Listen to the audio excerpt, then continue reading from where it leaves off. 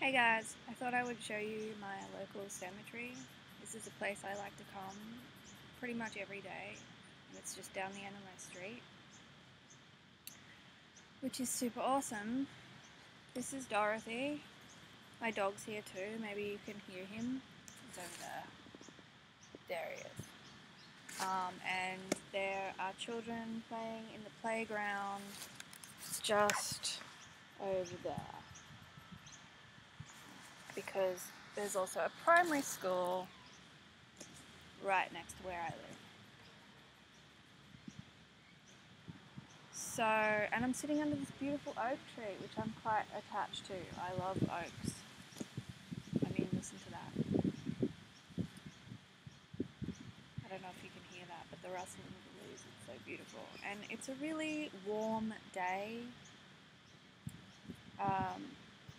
which I always kind of find a bit funny when I come to the graveyard on a really warm day, because I just kind of, I mean, most of these graves are really quite old, from the 1800s, but I kind of, you know, things compost faster on hot days, and I'm always wondering, like, if the energies are going to be more intense, or like if my dog's going to find a big bone or something. I'm drinking coffee. I really live that close that I can just bring my morning coffee here. It's good. I also bought this to sort of unbox for you, even though you've probably seen it a million times. It's Brian and Wendy Froud's The Heart of Faerie Oracle. And I'm pretty excited about it. So let's do that first. I mean, look at this image of, I mean, this actually, just this cover image kind of sold me on it. And the first oracle deck I had was the Brian Froud, I forget what it's called. The other one that he did, not with Wendy Froud. The Faerie's Oracle. You know what I'm talking about anyway. Big book, nice book. The other book's good too. The other deck that I had, I ended up giving it away or something, or just like leaving it outside my door for someone, like, you know, because I tend to do that, like put things on the curb so people can take them in a nice way.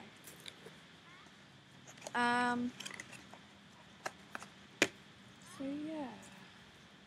Oh, these cards are not in the best condition. This is a deck that, ooh, and they're quite thin.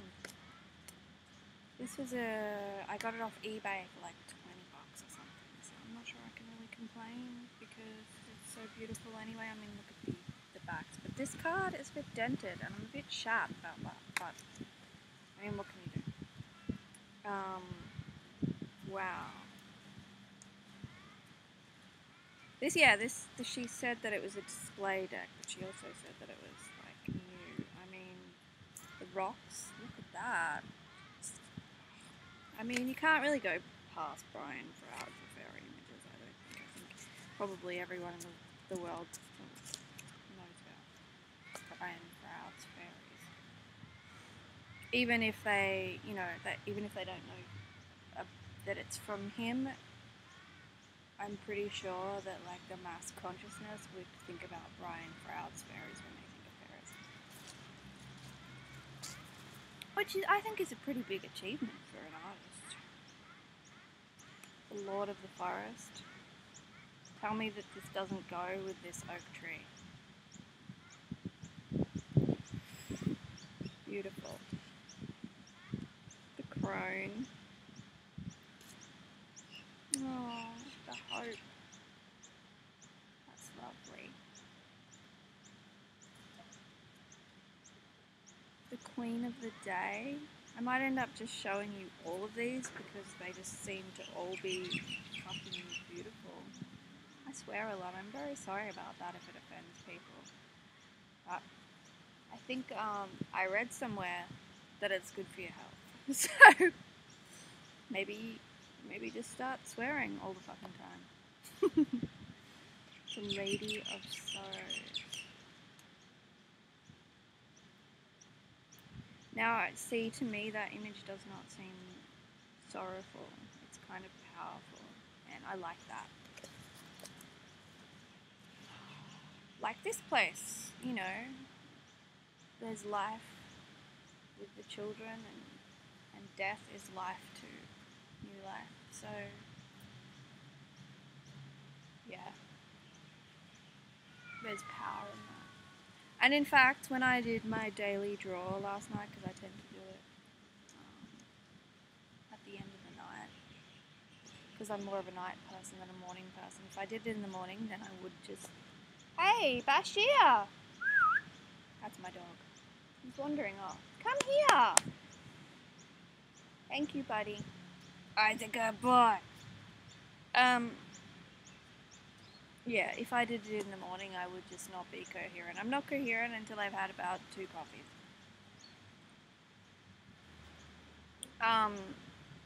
That's my first coffee of the day, so I'm not totally coherent yet. Yeah, what I'm saying is there's power in that. I got the death card, is what I was saying, for my daily draw. And I'm wearing my earrings with the little skulls on them, and my necklace with the little skulls on them, and I'm like, power to it. Whatever's gonna happen. And it's interesting that I got the death card and then suddenly felt like sitting in a graveyard today. Okay, cards. The Queen of the Golden Bow. I love this deck already. I don't even care that, to be honest, it's a bit used and in a way that's like, it's a bit like, come on. Some of the cards are a bit scarred, but I'm kind of feeling from this deck that that's sort of beautiful. The Child. The Hero. He looks a bit nude, but those are his pants. Tink. I love Tinkerbell, the idea of Tinkerbell. What is it? What is it, buddy? Also, you've got this thing wrapped around your head. I don't think there's actually anything going on. Go check it out. Go on. He's seeing things that I'm not seeing. Yeah, I love the idea of this cheeky, self-empowered fairy. And I've dressed up as her, as Tinkerbell, a couple of times. But my name is Bella, actually, so that's my full name. So, yeah. It kind of makes sense. The Messenger. The Elven Knight. The Gift. Oh my god, the Gift. Oh, and it's actually like a lady with like a nature god mask on. Maybe like a high priestess or channeling something. Yes, channeling. I see that in this card. To have a gift is like channeling. You know, these are just my first impressions. The Returning. That's the one on the cover, and oh my god, The Returning with this graveyard. Yeah.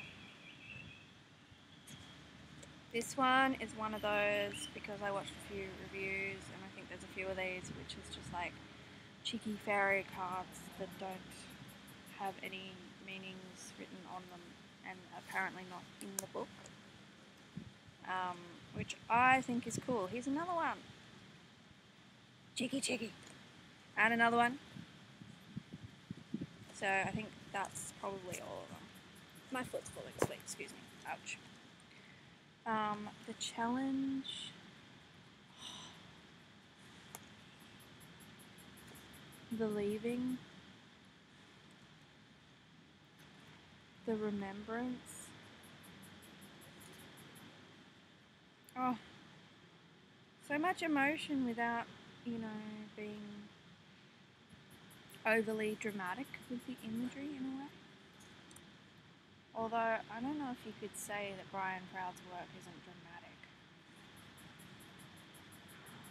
I don't know how to explain it. The temptation. Knowledge, the pair.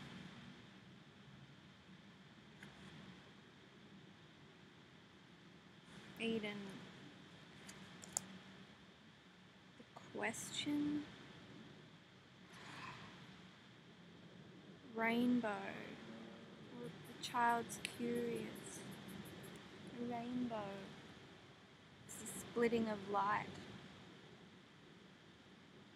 Delineation of information. And mystery. So, wow, yeah.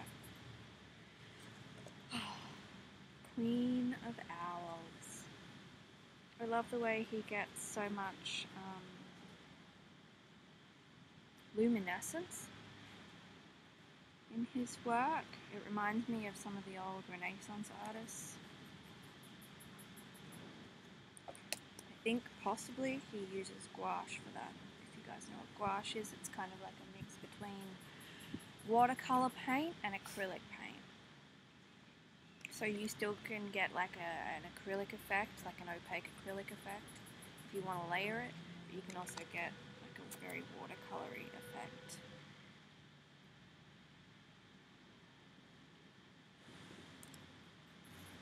I mean, the backs are gorgeous. I want a tattoo of that, really, I do. Maybe just in black and white. Trees are my thing, though. I think they should be everyone's thing, because, like, they give us life, and life is awesome. I don't know, I've always loved trees.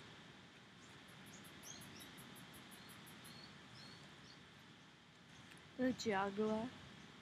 Cheeky little bugger. The pan. And I think that's a rune down there. I don't know much about runes. And I want to. So that's something I might look into. I can't say the fixer. It looks like that character in Hell's Moving Castle, the girl. Slightly a bit Baba Yaga-ish, but not.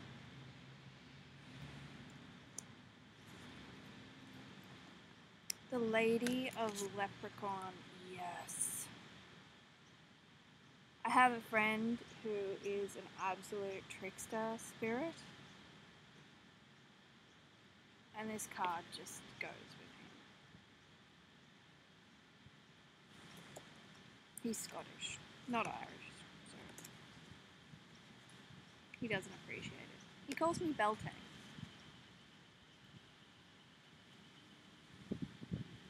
The Lady of Faith. Which I think is a huge compliment. The Lady of Song. I thought it said pick up your ears, but it's prick up your ears. It's like either way, that could work. The big behind. It reminds me of his squashed fairy books. The Shapeshifter. What I like about him too is I don't see him like reusing a lot of his images. So, I mean, from this Oracle deck, I can't see any images that that look like he's photoshopped somehow to create this deck as well, you know what I'm saying?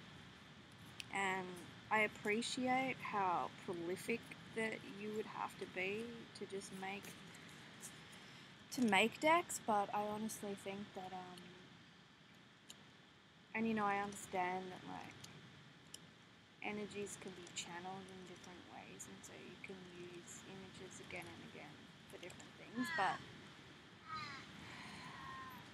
it's nice to have like a new feeling in every deck.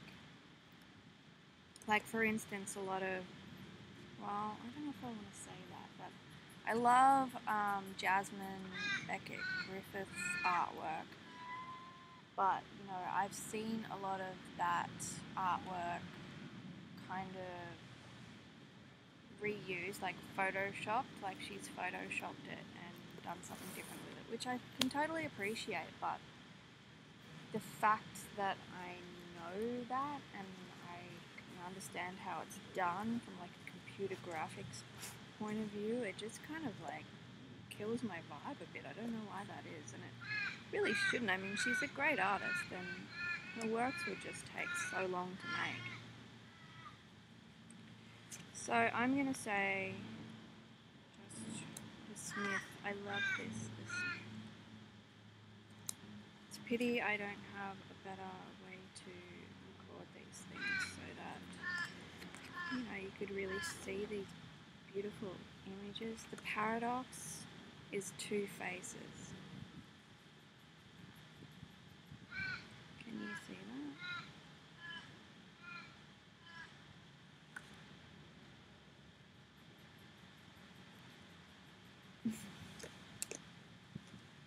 The blessing.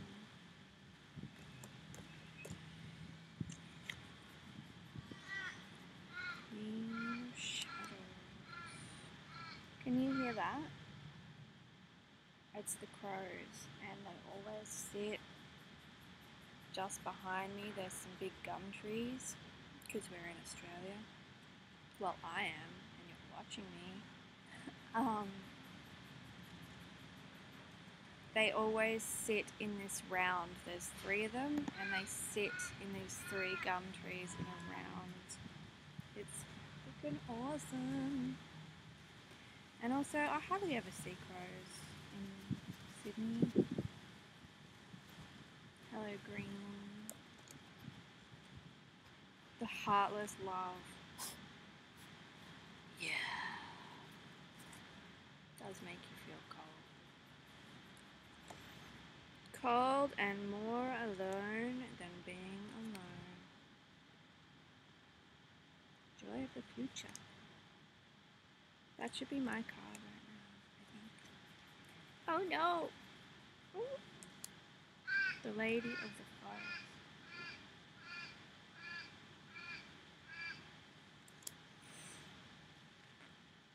I think I'm feeling quite emotional today. I hope you guys are finding this interesting and I'm not just sitting around talking about myself too much and you're like, shut up. But then I guess you would have clicked off by now. And if you do find this interesting, thanks. Thank you for being my friend. That's really cool. The hidden one. Oh, I remember these sort of more like abstract energy cards. Sort of like this, you know what I mean? From the other deck. I mean, they're not these ones, but these ones are more defined. The other ones had more sort of ambiguous but not ambiguous names. They were beautiful, I loved them. Star Fairy, and I love these ones too. Fairy of Naughtiness. Queen of the Night. So I don't know if you can tell, like, cards movement and stuff. I don't know who this deck was produced by. Abraham's, apparently. And oh, it's not. I think that deck is gorgeous, and I wish the cardstock was slightly better because it's quite, but you just have to look after it, and it feels really good. And because it's a display copy,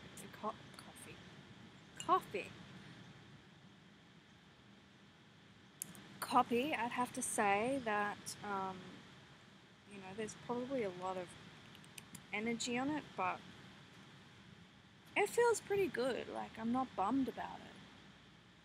I remember I got you know, like, I'm not bummed out by the energy. The images are amazing, so obviously I'm not bummed about the actual oracle itself.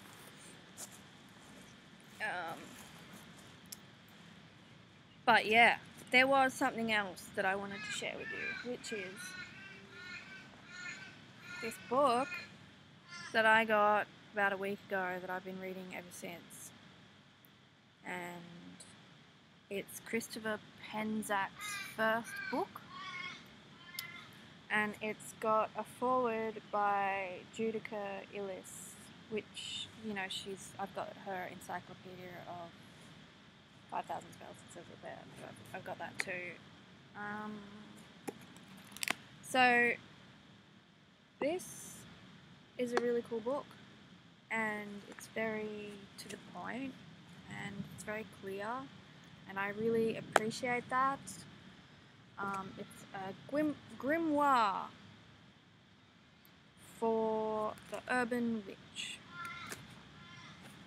and it really is. And I haven't read that much of it, you know, I'm only about 25 pages in or something,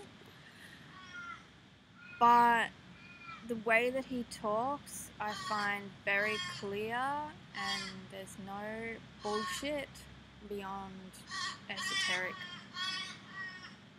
you know, shit, which is what we like.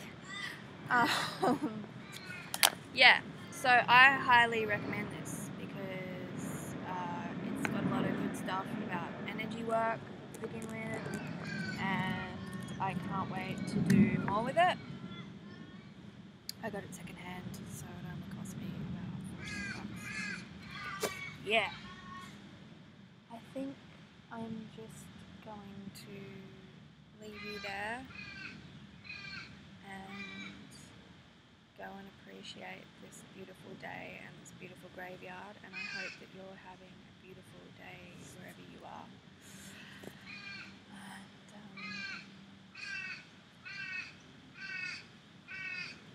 blessed be.